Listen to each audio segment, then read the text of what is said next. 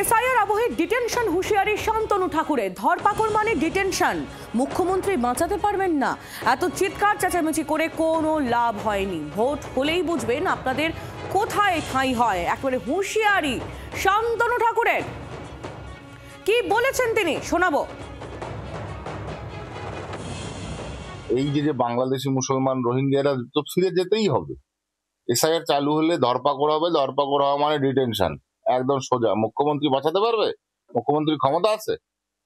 এত বড় বড় কথা বলে যাচ্ছেন, চেঁচামেচি করে লাভ হলো? ইলেকশন কমিশনকে তো ঠেকানো গেল না। এসআইআর হলো, এসআইআর কার্যকারী হবে, সব শেষ, সমস্ত কিছু শেষ, বেশি দিন বাকি নেই।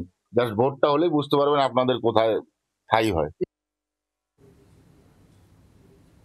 শান্তনু ঠাকুরের ডিটেনশন হুঁশিয়ারির পর রাজ্যের মন্ত্রী শশী পাঁজা তিনি কি বলছেন শুনুন।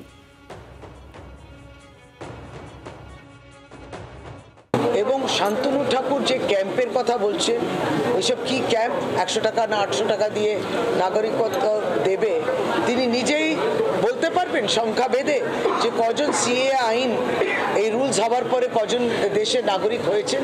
শান্তনু বাবু, আপনি যদি ভোটে নির্বাচিত হয়েছেন, আপনি কিন্তু যাদেরকে এখন প্রতারিত করছেন তাদের ভোটে নির্বাচিত হয়েছে, তখন তারা নাগরিক ছিলেন না, আর এখন তারা নাগরিক নন। এই কথাটা এটা কত বড় পাপ। বাংলার আওয়াজ, বাঙালির আবেগ, জি 24 ঘন্টা।